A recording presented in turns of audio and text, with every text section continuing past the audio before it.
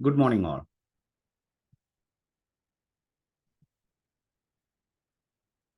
ഇന്ന് നമ്മളിവിടെ ഡിസ്കസ് ചെയ്യുന്നത്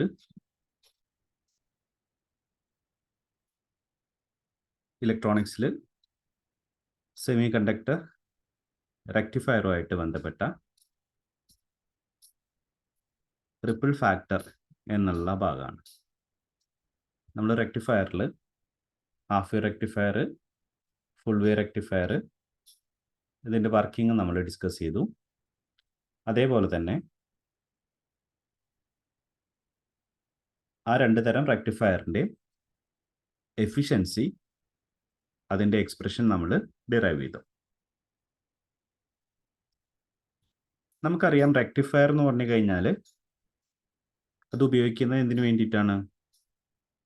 ഒരു എ സി വേവിനെ ഡി സി വേവായിട്ട് കൺവേർട്ട് ചെയ്യാൻ വേണ്ടിയിട്ടാണ്.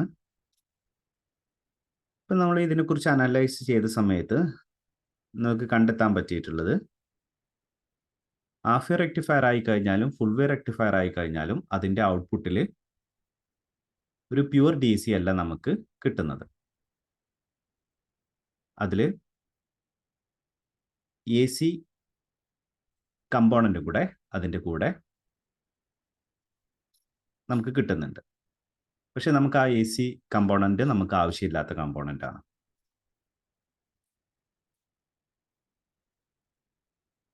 അപ്പോൾ ഇവിടെ ഈ ഒരു എ സി കമ്പോണൻ്റ് എന്ന് പറഞ്ഞു കഴിഞ്ഞാൽ അത് ഒരു അൺവാണ്ടഡ് ആയിട്ടുള്ള ക്വാണ്ടിറ്റി ആണ്. അതിനെയാണ് നമ്മൾ റിപ്പിൾ എന്നുള്ള പേരിൽ അറിയപ്പെടുന്നത്. അപ്പം അതുകൊണ്ട് തന്നെ ഒരു റെക്ടിഫയറിൻ്റെ എഫക്റ്റീവ്നെസ് എന്ന് പറഞ്ഞു കഴിഞ്ഞാൽ അതിൽ അതിൻ്റെ ഔട്ട്പുട്ടിൽ എത്ര എ സി കമ്പോണൻ്റ് എന്നുള്ളതിൻ്റെ ഒരു മെഷർമെൻ്റ് ആണ്. അപ്പോൾ എങ്ങനെയായിരിക്കും? കാരണം എ സി കമ്പോണൻ്റ് നമുക്ക് ആവശ്യമില്ലാത്തതാണ്. അതുകൊണ്ട് തന്നെ വളരെ എഫക്റ്റീവായിട്ടുള്ള ഒരു റെക്ടിഫയർ ആണെന്നുണ്ടെങ്കിൽ അതിൽ എ സി കമ്പോണൻ്റ് വളരെ കുറയണം. ഓക്കെ, അപ്പോൾ അതിൻ്റെ ഒരു മെഷർമെൻറ്റ് എടുക്കുന്ന ഒരു ടേമാണ് റിപ്പിൾ ഫാക്ടർ. റിപ്പിൾ എന്ന് പറഞ്ഞു കഴിഞ്ഞാൽ പറഞ്ഞു ആ അൺവാണ്ടഡ് ആയിട്ടുള്ള എ സി സിഗ്നലിനെയാണ് നമ്മൾ റിപ്പിൾ എന്ന് കേട്ടിട്ടുണ്ടായിരിക്കും. ഓളം, അതായത് ഇപ്പം നമ്മൾ കിണറിലൊക്കെ ഒരു കല്ലിട്ട് കഴിഞ്ഞാൽ ഓളം വെട്ടും എന്ന് പറയും. അതായത് ഒരു ഓളം, ആ ഒരു വേവ് പോലെ. ഓക്കെ, അപ്പോൾ അത് ഒരു ആൾട്ടർനേറ്റ് ചെയ്ത് വാരി ചെയ്യുന്ന ഒരു ക്വാണ്ടിറ്റി. അപ്പോൾ അതുതന്നെയാണ് നമ്മളിപ്പോൾ ഇവിടെ ഇലക്ട്രോണിക്സ് ടേമിലും റിപ്പിൾ എന്നുള്ള ടേമിൽ അറിയപ്പെടുന്നത്. അപ്പോൾ ഇവിടെ റിപ്പിൾ ഫാക്ടർ ഡിഫൈൻ ചെയ്യുന്നത് it is the ratio of RMS value of AC component to the DC component in the rectifier output. അതായത് IAC divided by IDC.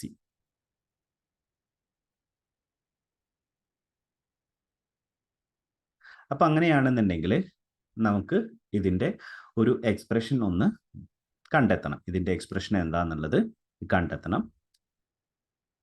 അപ്പം അതുകൊണ്ട് തന്നെ നമ്മൾ പറഞ്ഞിരുന്നു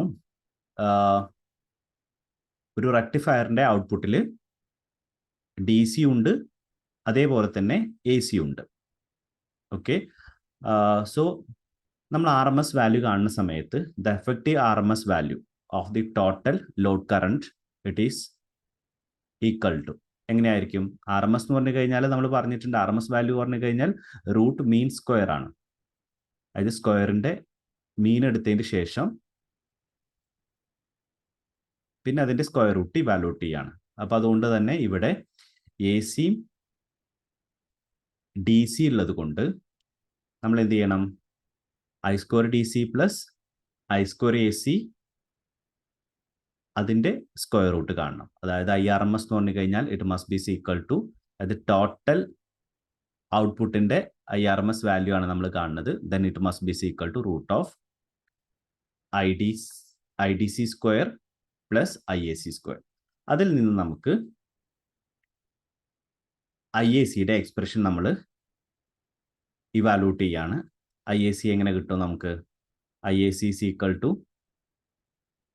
നോക്കുക, കാരണം നമ്മൾ എന്ത് ചെയ്യുന്നു, ഇതിനെങ്ങനെ ഡിനോട്ട് ചെയ്യാം? IRMS square is equal to IDC² plus IAC² ആണ്. അതിൽ നിന്ന് IAC² എങ്ങനെ എഴുതാം? IRMS² minus IDC².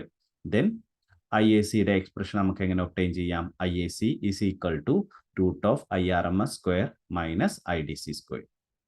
ഇനി നമ്മൾ എന്ത് ചെയ്യുന്നു? നമുക്ക് എന്താണ് ഒബ്റ്റെയിൻ ചെയ്യേണ്ടത്? റിപ്പിൾ ഫാക്ടർ ആണ് വേണ്ടത്. റിപ്പിൾ ഫാക്ടർ കിട്ടണമെന്നുണ്ടെങ്കിൽ IACനെ IDC കൊണ്ട് ഡിവൈഡ് ചെയ്താൽ മതി. ദെൻ നമുക്ക് കിട്ടിയിട്ടുള്ള IACയുടെ എക്സ്പ്രഷനെ നമ്മൾ ത്രൂ ഔട്ട് IDC കൊണ്ട് ഡിവൈഡ് ചെയ്യുന്നു. അത് √IRMS² minus IDC² divided by IDC. ഇനി ഈ ഡിനോമിനേറ്ററിലുള്ള IDCനെ നമ്മൾ റൂട്ടിന്റെ ഉള്ളിലേക്ക് കൊടുക്കുകയാണെന്നുണ്ടെങ്കിൽ എന്തെഴുതേണ്ടി വരും? IDC² കൊണ്ടാണ് ഡിവൈഡ് ചെയ്യേണ്ടത്. അപ്പോൾ നമ്മളുടെ ക്വാണ്ടിറ്റി എന്തായിരിക്കും? √IRMS² divided by IDC² minus IDC² divided by IDC².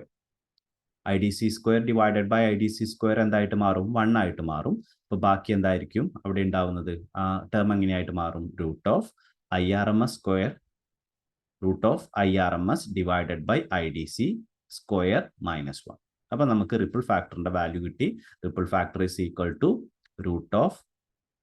√IRMS divided by IDC² minus 1. Okay, ഇനി ഇത് ജനറൽ ആയിട്ടുള്ള എക്സ്പ്രഷൻ ആണ് നമുക്ക് ഓൾറെഡി കിട്ടിയിട്ടുള്ളത്. നമുക്കറിയാം ഹാഫ് വേ റെക്ടിഫയറിൻ്റെ അതേപോലെ തന്നെ ഫുൾ വേ റെക്ടിഫയറിൻ്റെ കേസിൽ IRMSന്റെ വാല്യൂം IDCയുടെ വാല്യൂം ഡിഫറെൻ്റ് ആണ്. അതുകൊണ്ട് തന്നെ നമുക്ക് റിപ്പിൾ ഫാക്ടർ കിട്ടുന്നത് ഡിഫറെൻ്റ് ആയിരിക്കും. അല്ലെങ്കിൽ നമുക്ക് പറയാം നമ്മളുടെ ഔട്ട്പുട്ട് നമ്മൾ ചെക്ക് ചെയ്തിട്ടുള്ളതാണ്. അതായത് ഹാഫ് വേ റെക്ടിഫയറിൻ്റെ ഔട്ട്പുട്ടും ഫുൾ വേ റെക്ടിഫയറിൻ്റെ ഔട്ട്പുട്ടും നമുക്ക് എങ്ങനെയാണെന്ന് അറിയാം. ഹാഫ് വേ റെക്ടിഫയറിലാണെന്നുണ്ടെങ്കിൽ പോസിറ്റീവ് ഹാഫ് സൈക്കിളിന് മാത്രമാണ് നമുക്ക് ഔട്ട്പുട്ട് കിട്ടിയിരുന്നത്. നെഗറ്റീവ് ഹാഫ് സൈക്കിളിൽ 0 ആയിരുന്നു. വീണ്ടും പോസിറ്റീവ് വന്നു കഴിഞ്ഞാലാണ് അത് നമുക്ക് ഔട്ട്പുട്ട് ഓൾറെഡി കിട്ടുന്നത്. ഫുൾ വേവിലാണെന്നുണ്ടെങ്കിൽ എല്ലാ ഹാഫ് സൈക്കിളിലും നമുക്ക് ഔട്ട്പുട്ട് ഓൾറെഡി ഒബ്റ്റെയിൻ ചെയ്തിരുന്നു. അപ്പോൾ രണ്ടിൻ്റെ കേസിലാണെങ്കിലും കിട്ടുന്ന DC കമ്പോണൻറ്റ് ഡിഫറെൻ്റ് ആണ്. അതുകൊണ്ട് തന്നെ റിപ്പിൾ ഫാക്ടറും എന്തായിരിക്കും? ഡിഫറെൻ്റ് ആയിരിക്കും. അപ്പോൾ നമ്മൾ ചെയ്യുന്നത് റിപ്പിൾ ഫാക്ടർ രണ്ട് കേസിലും റിപ്പിൾ ഫാക്ടർ നമുക്ക് ഇവാലുവേറ്റ് ചെയ്യണം. അപ്പോൾ ഹാഫ് വേ റെക്ടിഫയറിൻ്റെ കേസിലും അതേപോലെ തന്നെ ഫുൾ വേ റെക്ടിഫയറിൻ്റെ കേസിലുള്ള റിപ്പിൾ ഫാക്ടറാണ് നമ്മൾ ഇവാലുവേറ്റ് ചെയ്യുന്നത്. അപ്പോൾ അതിനു വേണ്ടിയിട്ട് നമ്മൾ എന്ത് ചെയ്യുന്നു?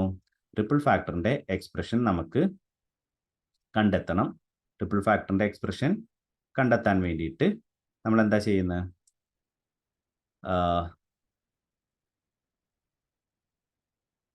നമ്മൾ ആ എക്സ്പ്രഷനിൽ ഹാഫ് വേ റെക്ടിഫയറിൻ്റെ നമുക്കറിയാം IRMS value IM divided by 2 എന്നുള്ള ക്വാണ്ടിറ്റി ആണ്. അതേപോലെ തന്നെ അതിൻ്റെ IDC is equal to IM divided by pi ആണ്. അത് നമുക്ക് ഈ രണ്ട് വാല്യൂ IRMS വാല്യൂം അതേപോലെ തന്നെ IDC വാല്യൂ നമുക്ക് എവിടെ സബ്സ്റ്റിറ്റ്യൂട്ട് ചെയ്ത് കൊടുക്കണം? നമ്മളുടെ ജനറൽ എക്സ്പ്രഷൻ നമ്മൾ എഴുതിയിട്ടുള്ളത് ripple factor is equal to IRMS divided by IDC² minus 1 ആണ്. അപ്പോൾ അവിടെ IRMS വാല്യൂവിന് പകരം നമ്മൾ എന്ത് സബ്സ്റ്റിറ്റ്യൂട്ട് ചെയ്ത് കൊടുത്തു? IRMS is equal to IM divided by 2 ആണ്. IDC is equal to IM divided by pi ആണ്. അത് നമ്മൾ സബ്സ്റ്റിറ്റ്യൂട്ട് ചെയ്ത് കൊടുത്തു. അങ്ങനെയാണെന്നുണ്ടെങ്കിൽ ഇത് ഇവാലുവേറ്റ് ചെയ്ത് കഴിഞ്ഞാൽ നമുക്ക് ഓൾറെഡി ഒബ്റ്റെയിൻ ചെയ്യുന്നത് എത്രയാണ്? 1.21. അത് റിപ്പിൾ ഫാക്ടർ 1.21. അതെന്താ അപ്പോൾ മീൻ ചെയ്യുന്നത്? IAC ഡിവൈഡഡ് ബൈ IDC ആണ് നമ്മൾ ഇവാലുവേറ്റ് ചെയ്തിരിക്കുന്നത്. അത് 1.21 കിട്ടിക്കഴിഞ്ഞാൽ അതെന്താ മീൻ ചെയ്യുന്നത്? AC കമ്പോണൻറ്റ് DC കമ്പോണൻറ്റിനേക്കാൾ കൂടുതലാണ്.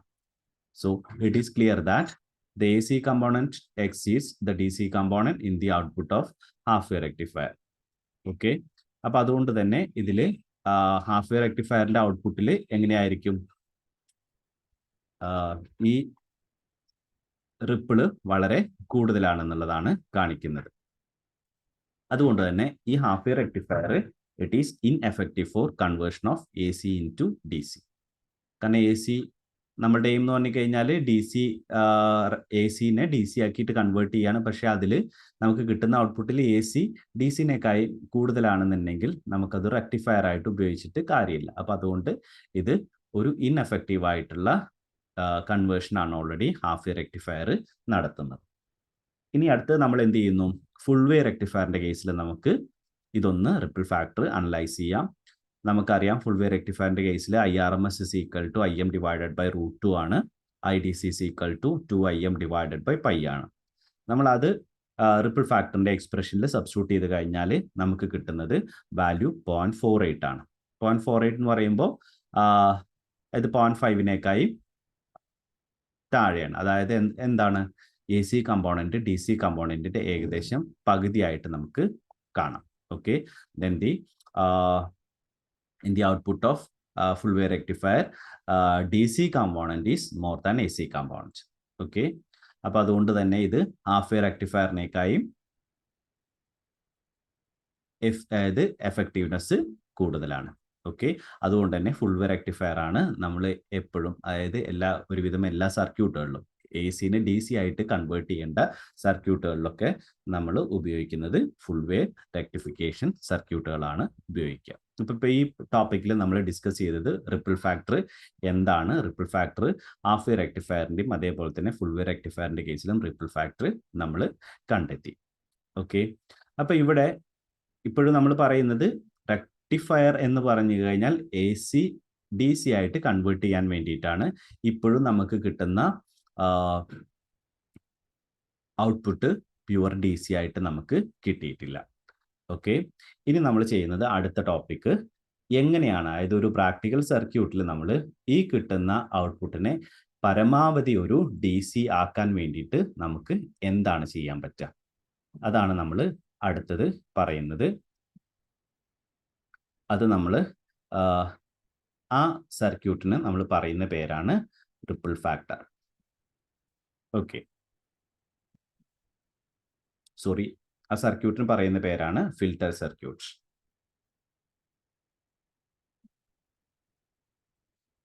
ഇതിവിടെ കാണിച്ചിരിക്കുന്നത് നമ്മൾ ഡിസ്കസ് ചെയ്തിട്ടുള്ള 3 തരം റെക്ടിഫയറിൻ്റെ ഒരു കമ്പാരിസൺ ആണ്.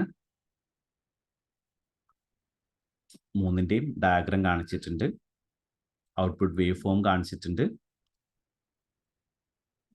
അതേപോലെ തന്നെ ഒരു കാര്യങ്ങൾ ഡിസ്കസ് ചെയ്തിട്ടുണ്ട്. അതായത് നമ്പർ ഓഫ് ഡയോഡ്സ് യൂസ് ചെയ്യുന്നത് half വേവിൽ 1, centre ടാപ്പിൽ 2, ബ്രിഡ്ജിൽ 4, transformer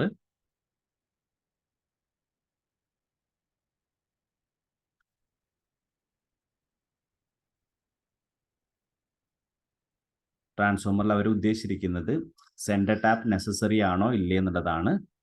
centre tap transformer necessary ആണോ എന്നുള്ളതാണ് കാണിച്ചിരിക്കുന്നത്. ഹാഫ് വേവിനാണെങ്കിൽ സെൻറ്റർ ടാപ്പ് ആവശ്യമില്ല, സെൻറ്റർ ടാപ്പ് ഫുൾ വേവിനാണെങ്കിൽ സെൻറ്റർ ടാപ്പ് നിർബന്ധമാണ്, ബ്രിഡ്ജിനാണെങ്കിൽ സെൻറ്റർ ടാപ്പ് ആവശ്യമില്ല. അല്ലാതെ ഫുൾ വേവിനെ AC-നെ DC ആക്കി കൺവേർട്ട് ചെയ്യുമ്പോൾ നമുക്ക് എന്തായാലും ട്രാൻസ്ഫോമർ വേണം. അതായത് എന്തുകൊണ്ട്, നമുക്ക് അവിടുന്ന് വോൾട്ടേജ് കുറയ്ക്കണമെങ്കിൽ, അതായത് പ്രൈമറിയിൽ ഒരു ഹൈ വോൾട്ടേജിനെ ലോ വോൾട്ടേജ് ആക്കണമെങ്കിൽ നമുക്ക് ട്രാൻസ്ഫോമർ അത്യാവശ്യമാണ്. ഇനി അതിൻ്റെ എഫിഷ്യൻസി നോക്കുകയാണെന്നുണ്ടെങ്കിൽ ഹാഫ് വേവിന് 40.6, ഫുൾ വേവിൻ്റെ 2 കേസിലും 81.2. ഇനി റിപ്പിൾ ഫാക്ടർ ഹാഫ് വേവിനാണെങ്കിൽ 1.21, ഫുൾ വേവിനാണെങ്കിൽ 0.48. അതേപോലെ തന്നെ ഔട്ട്പുട്ട് ഫ്രീക്വൻസി ഹാഫ് വേവിന് സെയിം ഫ്രീക്വൻസി ആയിരിക്കും, ഫുൾ വേവിനാണെന്നുണ്ടെങ്കിൽ 2 × FIN ആയിരിക്കും. അതേപോലെ തന്നെ പീക്ക് ഇൻവേഴ്സ് വോൾട്ടേജ് ഹാഫ് വേവിന് മാക്സിമം വോൾട്ടേജ് പീക്ക് വോൾട്ടേജ് ആയിരിക്കും, സെൻറ്റർ ടാപ്പിനാണെങ്കിൽ 2 × VM ആയിരിക്കും, അതേപോലെ തന്നെ ബ്രിഡ്ജിനാണെങ്കിൽ VM ആയിരിക്കും. ഓക്കെ, ഇതെല്ലാം നമ്മൾ മുമ്പ് ഡിസ്കസ് ചെയ്തിട്ടുള്ള കാര്യങ്ങളാണ്. അപ്പോൾ ഇനി നമ്മൾ ഡിസ്കസ് ചെയ്യുന്നത് ഫിൽട്ടർ സർക്യൂട്ട്. അത് ഫിൽട്ടർ സർക്യൂട്ട് എന്താ ചെയ്യുന്നത്, അത് നമുക്ക് കിട്ടുന്ന റെക്ടിഫയറിൻ്റെ ഔട്ട്പുട്ടിലെ AC കമ്പോണൻറ്റിനെ റിമൂവ് ചെയ്യുന്നു. അതായത് നമുക്കറിയാം ഔട്ട്പുട്ടിൽ എന്തുണ്ട്, റെക്ടിഫയറിൻ്റെ ഔട്ട്പുട്ടിൽ AC കമ്പോണൻ്റ് ഉണ്ട്, അതേപോലെ തന്നെ DC കമ്പോണൻ്റ് ഉണ്ട്. അപ്പോൾ അതിലെ AC കമ്പോണൻറ്റിനെ റിമൂവ് ചെയ്യുന്ന ഡിവൈസിനെയാണ് വിച്ച് റിമൂവ്സ് AC കമ്പോണൻറ്റ്, അതിനെയാണ് നമ്മൾ എന്തായിട്ട് പറയുന്നത്, ഫിൽട്ടർ സർക്യൂട്ടായിട്ട് പറയുന്നത്. ഇനി ഒരു ഫിൽട്ടർ സർക്യൂട്ടിൽ ജനറൽ ആയിട്ട് എന്തൊക്കെ ഉണ്ടായിരിക്കുക, ഇൻഡക്ടർ ഉണ്ടായിരിക്കും, കപ്പാസിറ്റർ ഉണ്ടായിരിക്കും. ഓക്കെ, ഇൻഡക്ടറിൻ്റെയും കപ്പാസിറ്റൻസിൻ്റെയും കോമ്പിനേഷൻസ് ആണ് നമ്മൾ എന്തായിട്ട് ഉപയോഗിക്കുന്നത്, ഫിൽട്ടർ സർക്യൂട്ടായിട്ട് ഉപയോഗിക്കുന്നത്. ഓക്കെ, അതിനുള്ള കാരണം ഈ ഇൻഡക്ടറിൻ്റെയും കപ്പാസിറ്റൻസിൻ്റെയും പ്രോപ്പർട്ടിയാണ്. അതായത് നിങ്ങൾ +2 ക്ലാസ്സിൽ കേട്ടിട്ടുള്ള 2 ടേം, അതായത് +2 ക്ലാസ്സിൽ നിങ്ങൾ എ സി സർക്യൂട്ട്സ് എന്ന് പറഞ്ഞിട്ട് ഒരു ചാപ്റ്റർ ഓൾറെഡി പഠിച്ചിട്ടുണ്ടായിരിക്കും. എ സി സർക്യൂട്ട്സ്, അതിൽ ചാർജിങ് ഓഫ് എ കപ്പാസിറ്റർ, അതേപോലെ തന്നെ ചാർജിങ് ഓഫ് ഇൻഡക്ടർ, അല്ലെങ്കിൽ ഇൻഡക്ടർ സർക്യൂട്ടും അതേപോലെ തന്നെ കപ്പാസിറ്റർ സർക്യൂട്ടും പഠിച്ചിട്ടുണ്ടായിരിക്കും. അവിടെ 2 ടേമുകൾ കേട്ടിട്ടുണ്ടാവാം, capacitive reactance and inductive reactance. Okay, അതായത് അതിൽ ഇൻഡക്റ്റീവ് റിയാക്ടൻസ് അവിടെ എക്സൽ എന്നുള്ള ഒരു ടേമിലാണ് എഴുതുക. XL is equal to L omega എന്നുള്ള ടേമിൽ വേണമെന്നുണ്ടെങ്കിൽ നമുക്ക് എഴുതാം. അതായത് inductive reactance XL is equal to L into omega. അവിടെ ഒമേഗ എന്നുള്ള ക്വാണ്ടിറ്റി എന്ന് പറഞ്ഞു കഴിഞ്ഞാൽ ആംഗുലാർ ഫ്രീക്വൻസി ആണ്. L into 2 pi into F. ഇവിടെ എഫ് ആണ് നമ്മളുടെ എ സിയുടെ ഫ്രീക്വൻസി, എൽ എന്നുള്ളത് ഇൻഡക്ടറിൻ്റെ വാല്യൂ ആണ്. അതേപോലെ തന്നെ കപ്പാസിറ്റീവ് റിയാക്ടൻസ് ആണെന്നുണ്ടെങ്കിൽ X is equal to 1 divided by C omega എന്നുള്ള ക്വാണ്ടിറ്റി ആണ്, or that is equal to 1 divided by C into 2 pi into F ആയിരിക്കും. ഓക്കെ, അപ്പോൾ ഇനി ഇവിടെ നോക്കിക്കഴിഞ്ഞാൽ എക്സൽ എന്ന് പറഞ്ഞു കഴിഞ്ഞാൽ എന്താ പറഞ്ഞത്, ഇൻഡക്റ്റീവ് റിയാക്ടൻസ് ആണ്.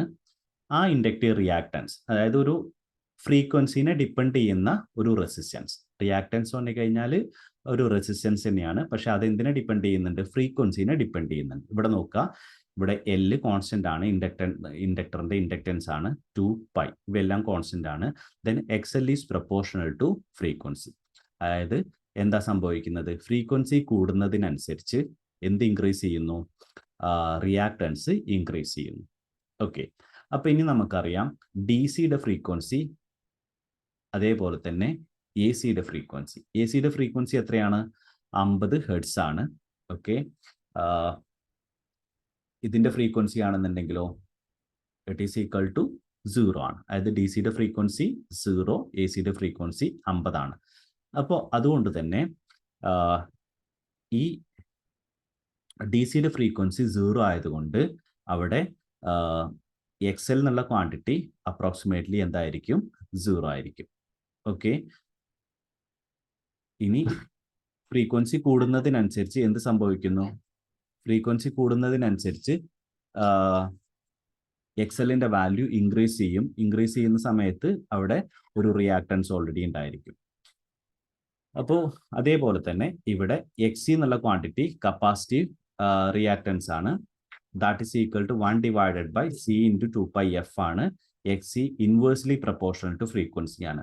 ഫ്രീക്വൻസി ഇൻക്രീസ് ചെയ്യുന്നതിനനുസരിച്ച് എന്ത് കുറയും, കപ്പാസിറ്റീവ് റിയാക്ടൻസ് കുറയും. ഓക്കെ, ഇപ്പോൾ ഡി സിയുടെ കേസിൽ ഫ്രീക്വൻസി 0 ആണ്. അപ്പോൾ അതുകൊണ്ട് 1 by 0 that is equal to infinity. അതായത് ഡി സിയുടെ കേസിൽ ആ റിയാക്ടൻസ് വളരെ കൂടുതലാണ്. എ സി ഇത് ചെയ്യുന്നതിനനുസരിച്ച് ആ ക്വാണ്ടിറ്റി കുറയുകയും ചെയ്യും. അപ്പോൾ നമുക്ക് ഇവിടെ പറയാൻ പറ്റുന്നത്, ഒരു കപ്പാസിറ്റർ ആണെന്നുണ്ടെങ്കിൽ എ സിനെ എന്ത് ചെയ്യും, പാസ് ചെയ്യും, ഡി സിനെ കണ്ടക്ട് ചെയ്യില്ല. കപ്പാസിറ്റർ, കാരണം കപ്പാസിറ്ററിന്റെ കേസ് പറഞ്ഞത് എന്താണ്, കപ്പാസിറ്റർ എങ്ങനെയാണ്, ഡി സിയുടെ കേസിൽ അതിൻ്റെ റിയാക്ടൻസ് വളരെ കൂടുതലാണ്, അതുകൊണ്ട് ഡി സിനെ കടത്തിവിടില്ല, എ സിനെ കടത്തിവിടുന്നു. ഇനി ഒരു ഇൻഡക്ടർ ആണെന്നുണ്ടെങ്കിൽ അത് ഡി സിനെ, കാരണം ഫ്രീക്വൻസി 0 ആകുമ്പോൾ എക്സൽ ഈസ് ഈക്വൽ ടു 0 ആണ്, അതുകൊണ്ട് ഡി സിനെ കടത്തിവിടുന്നു, എ സിനെ കടത്തിവിടുന്നില്ല. ഇതാണ് നമ്മളുടെ മനസ്സിലുണ്ടാവേണ്ടത്. ഫിൽട്ടർ സർക്യൂട്ടിന്റെ ഓപ്പറേഷൻ പറയുന്ന സമയത്ത് ഈ കാര്യങ്ങളാണ് നമുക്ക് അറിഞ്ഞിരിക്കേണ്ടത്. അതായത് കപ്പാസിറ്റർ എ സി ബൈപ്പാസ് ചെയ്യുന്നു, ഡി സിനെ കടത്തിവിടില്ല, ഡി സിനെ ബ്ലോക്ക് ചെയ്യുന്നു. ഒന്നുകൂടെ പറയുന്നു, capacitor bypasses A C and block D C. ഇനി അതേപോലെ ഇൻഡക്ടർ ആണെന്നുണ്ടെങ്കിൽ it blocks A C and bypass D C. അപ്പോൾ ഡി സിനെ പാസ് ചെയ്യുന്നത് ഇൻഡക്ടറും എ സിനെ പാസ് ചെയ്യുന്നത് കപ്പാസിറ്റർ. ഡി സിനെ ബ്ലോക്ക് ചെയ്യുന്നത് കപ്പാസിറ്റൻസ്, എ സിനെ ബ്ലോക്ക് ചെയ്യുന്നത് ഇൻഡക്ടർ. അപ്പോൾ ഇങ്ങനെ ഇൻഡക്ടറിൻ്റെയും കപ്പാസിറ്റൻസിൻ്റെയും സ്യൂട്ടബിൾ നെറ്റ്വർക്ക്സ് ഉപയോഗിച്ചിട്ടാണ് നമ്മൾ എന്ത് ചെയ്യുന്നത്, നമ്മൾ ഫിൽട്ടർ സർക്യൂട്ട് ഡിസൈൻ ചെയ്യുന്നത്. ഓക്കെ, അപ്പോൾ നമ്മളുടെ എയിം എന്താണ്, നമ്മൾ ഈ റെക്ടിഫൈഡ് ഔട്ട്പുട്ട് നമ്മൾ ഈ രൂപത്തിലുള്ള ഒരു ഫിൽട്ടർ സർക്യൂട്ടിലൂടെ നമ്മൾ കടത്തിവിടുന്നു. ഫിൽട്ടർ സർക്യൂട്ടിലൂടെ നമ്മൾ കടത്തി വിടുന്നു. കടത്തി വിട്ട് കഴിഞ്ഞാൽ അതിൽ ഫിൽട്ടർ സർക്യൂട്ടിൽ ഇൻഡക്ടറോ കപ്പാസിറ്റൻസും ഓൾറെഡി ഉണ്ടായിരിക്കാം. അപ്പോൾ അതിൻ്റെ പ്രോപ്പർട്ടി വെച്ചിട്ട് ഡി സിനെ കടത്തി വിടുകയും വേണം, എ സിനെ ബ്ലോക്ക് ചെയ്യുകയും വേണം. അപ്പോൾ ആ രൂപത്തിലുള്ള സർക്യൂട്ടാണ് നമ്മൾ ഡിസൈൻ ചെയ്യേണ്ടത്. അപ്പോൾ നമുക്ക് D C pure D C ആയിട്ട്, അപ്രോക്സിമേറ്റ്ലി പ്യുവർ ഡി സി ആയിട്ട് നമുക്ക് ഔട്ട്പുട്ട് ഓൾറെഡി ഒബ്റ്റെയിൻ ചെയ്യണം. അപ്പോൾ നമുക്ക് ഡിസ്കസ് ചെയ്യാനുള്ളത് ഡിഫറെൻ്റ് ആയിട്ടുള്ള സർക്യൂട്ടുകൾ ഓൾറെഡി ഡിസ്കസ് ചെയ്യാനുണ്ട്. നമുക്ക് ഏതൊക്കെയാണ് അതിൽ ചെയ്യാനുള്ള സർക്യൂട്ടുകൾ. അപ്പോൾ ഫസ്റ്റ് വൺ ഉള്ളത് കപ്പാസിറ്റീവ്. ഫസ്റ്റത്തെ കപ്പാസിറ്റർ ഫിൽട്ടർ. ഇത് കപ്പാസിറ്റർ മാത്രം ഉപയോഗിച്ചിട്ടുള്ള ഫിൽട്ടറാണ്. അപ്പോൾ നമുക്ക് ആലോചിച്ച് നോക്കുക, കപ്പാസിറ്റർ മാത്രം ഉപയോഗിച്ചുള്ള ഫിൽട്ടറാണ്. അപ്പോൾ കപ്പാസിറ്റർ എന്ത് ചെയ്യുന്നു എന്നാണ് നമ്മൾ പറഞ്ഞിട്ടുള്ളത്? കപ്പാസിറ്റർ ഡി സിനെ ബ്ലോക്ക് ചെയ്യുന്നു, എ സിനെ കടത്തിവിടുന്നു. അപ്പോൾ നമുക്ക് ആലോചിച്ച് നോക്കുക, റെക്ടിഫൈഡ് ഔട്ട്പുട്ടിൽ എന്തുണ്ട്? റെക്ടിഫൈഡ് ഔട്ട്പുട്ടിൽ ഡി സി ഉണ്ട്, എ സി ഉണ്ട്. എ സി നമുക്ക് വേണ്ട. അപ്പോൾ ആ എ സിക്ക് ഒരു ബൈപ്പാസ് കൊടുത്തു കഴിഞ്ഞാൽ എ സി എവിടേക്ക് വരില്ല? നമ്മളുടെ ഔട്ട്പുട്ടിൻ്റെ ലോഡ് റെസിസ്റ്റൻസിലേക്ക് വരാതെ ആ സി എന്നുള്ള കപ്പാസിറ്റൻസ് വഴി അത് ബൈപ്പാസ് ചെയ്ത് പോയിട്ടുണ്ടായിരിക്കും.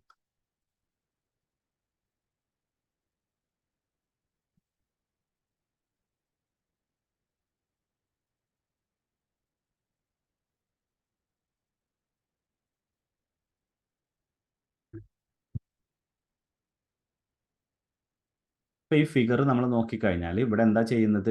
നമ്മൾ ഒരു കപ്പാസിറ്റർ റെക്ടിഫയറിൻ്റെ ഔട്ട്പുട്ടിന് പാരലലായിട്ട് ഒരു കപ്പാസിറ്റർ അല്ലെങ്കിൽ ലോഡ് റെസിസ്റ്റൻസിന് പാരലലായിട്ട് ഒരു കപ്പാസിറ്റർ ഓൾറെഡി വെച്ചിരിക്കുകയാണ്. അപ്പോൾ ഫസ്റ്റ് പ്രിൻസിപ്പിളായിട്ട് നമ്മൾ ഓൾറെഡി പറഞ്ഞിട്ടുള്ള ആ ഒരു കൺസെപ്റ്റ് മാത്രമാണെങ്കിൽ തന്നെ നമുക്ക് ഇത് ചെയ്യാം. എന്താ നമ്മൾ പറഞ്ഞിട്ടുള്ളത്? കപ്പാസിറ്റർ എന്ത് ചെയ്യുന്നു? ഡി സിനെ ബ്ലോക്ക് ചെയ്യുന്നു, എ സിനെ ബൈപ്പാസ് ചെയ്യുന്നു. അതുകൊണ്ട് തന്നെ ഡി സി ഇതിൽ കൂടെ കടന്നു പോകില്ല. ആ ഡി സി ബ്ലോക്ക് ചെയ്തതുകൊണ്ട് ആ ഡി സി ആർ എല്ലിലൂടെ നമുക്ക് കടന്നു പോകും. ഓക്കെ, ഇനി എങ്ങനെയാണ് ഇതിലെ ഔട്ട്പുട്ട് ഏകദേശം ഡി സിയുടെ ഫോമിലേക്ക് മാറുന്നു എന്നുള്ള കാര്യമാണ് നമ്മൾ അടുത്തതായിട്ട് പറയുന്നത്. ഓക്കെ, അതുകൊണ്ട് നമ്മളിപ്പോൾ ചെയ്തിട്ടുള്ളത് ഈ കപ്പാസിറ്ററിൻ്റെ അക്രോസ് നമ്മളുടെ pulsating direct voltage, direct D C കറണ്ടാണ് പൾസേറ്റിംഗ് എന്ന് പറഞ്ഞു കഴിഞ്ഞാൽ എ സിയും കൂടെ ഉള്ള ഇതാണ് ഡി സി ആണ് നമ്മൾ ഔട്ട്പുട്ടാണ് ഓൾറെഡി കൊടുത്തിരിക്കുന്നത്. അത് കൊടുത്തു കഴിഞ്ഞാൽ ഈ റെക്ടിഫയറിൽ, അതായത് നമുക്കറിയാം റെക്ടിഫയറിൻ്റെ ഔട്ട്പുട്ട് പറഞ്ഞു കഴിഞ്ഞാൽ അതിൻ്റെ ഒരു ഫോം എന്ന് പറഞ്ഞു കഴിഞ്ഞാൽ എങ്ങനെയാണ്? ആദ്യം പോസിറ്റീവ് ഹാഫ് സൈക്കിൾ അതിങ്ങനെ കൂടി വന്ന് പിന്നെ അത് കുറയുന്നു, പിന്നെ അതേപോലെ കൂടി കുറഞ്ഞു, ഈ രൂപത്തിൽ ഇങ്ങനെ മാറിയിട്ടുള്ള ഔട്ട്പുട്ടാണ് നമുക്ക് ഓൾറെഡി കിട്ടുന്നത്. അപ്പോൾ അതുകൊണ്ട് തന്നെ ആ പൾസേറ്റിംഗ് ഡയറക്റ്റ് വോൾട്ടേജ്, റെക്ടിഫയറിൻ്റെ വോൾട്ടേജ് ഇൻക്രീസ് ചെയ്യുന്നതിനനുസരിച്ച് കപ്പാസിറ്റർ എന്ത് ചെയ്യാൻ തുടങ്ങും? ചാർജ് ചെയ്യാൻ തുടങ്ങും. ഓക്കെ, അപ്പോൾ അത് ചാർജ് ചെയ്യാൻ തുടങ്ങുന്നു. അതിന് കറസ്പോണ്ടിങ് ആയിട്ട് അപ്പോൾ അതിൽ ലോഡിലെ കറസ്പോണ്ടിങ് ആയിട്ടുള്ള വോൾട്ടേജും അതേപോലെ തന്നെ എന്ത് ചെയ്യുന്നു? ഇൻക്രീസ് ചെയ്യാണ് ചെയ്യുന്നത്. ബട്ട് ഇനി അടുത്ത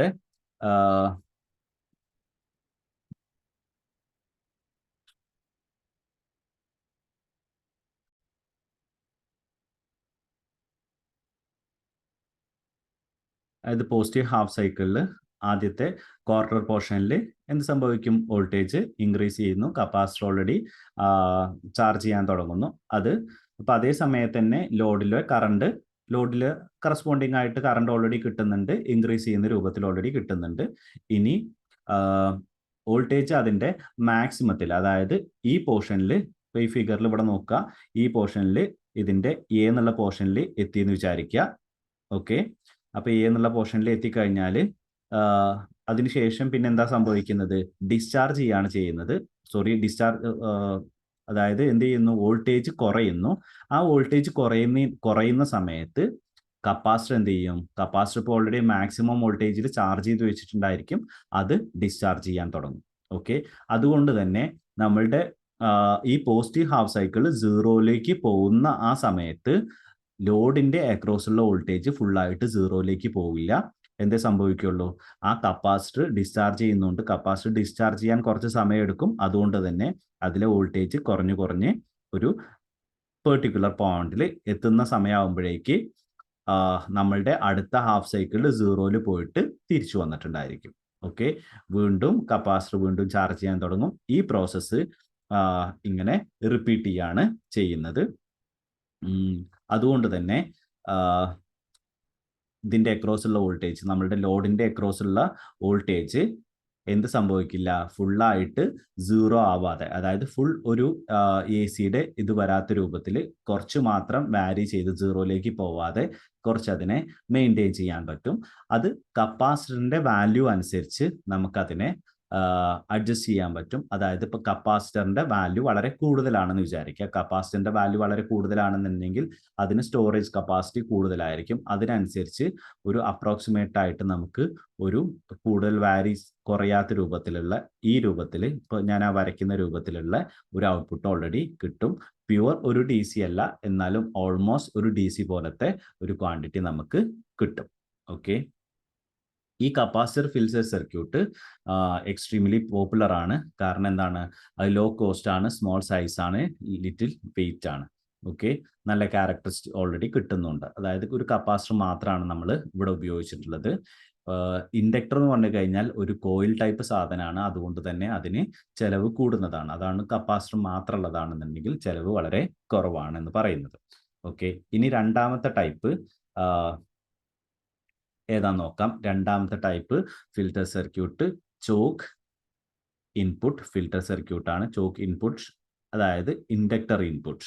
ഓക്കെ, ചോക്ക് അതിന് അതേ ഇതിന് ഇൻഡക്ടർ തന്നെയാണ് നമ്മൾ ചോക്ക് എന്നുള്ള രൂപത്തിൽ പറയുന്നത്. അപ്പോൾ ഈ സർക്യൂട്ട് ഒന്ന് നോക്കി വെക്കുക.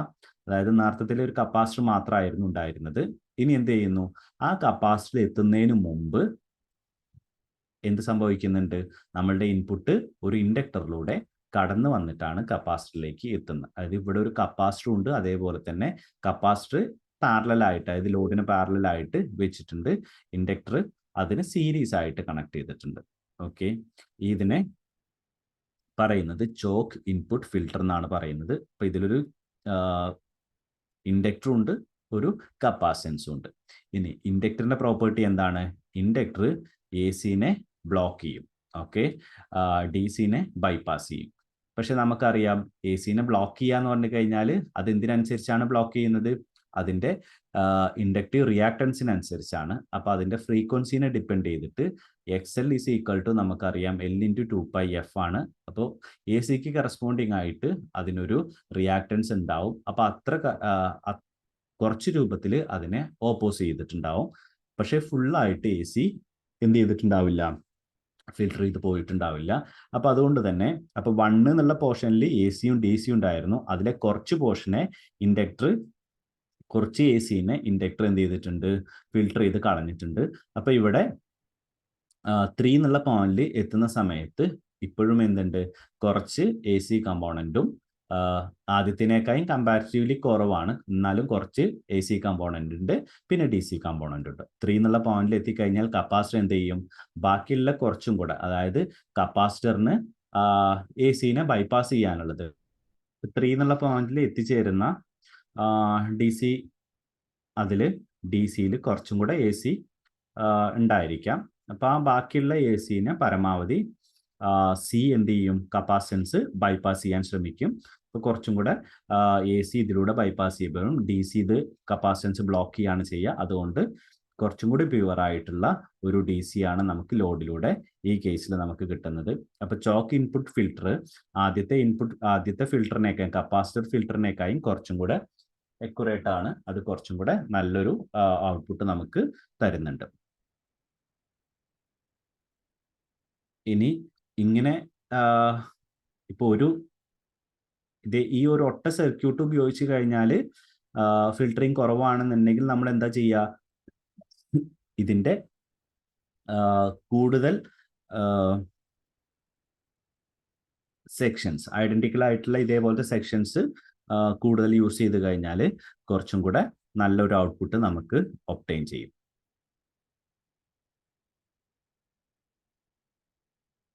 ഇനി ഇതിൽ അടുത്ത ടൈപ്പ്, അതിനെ കപ്പാസിറ്റർ ഇൻപുട്ട് ഫിൽട്ടർ അല്ലെങ്കിൽ പൈ ഫിൽട്ടർ എന്നാണ് അറിയപ്പെടുന്നത്. അതായത് ഷേപ്പ് വെച്ചിട്ടാണ്.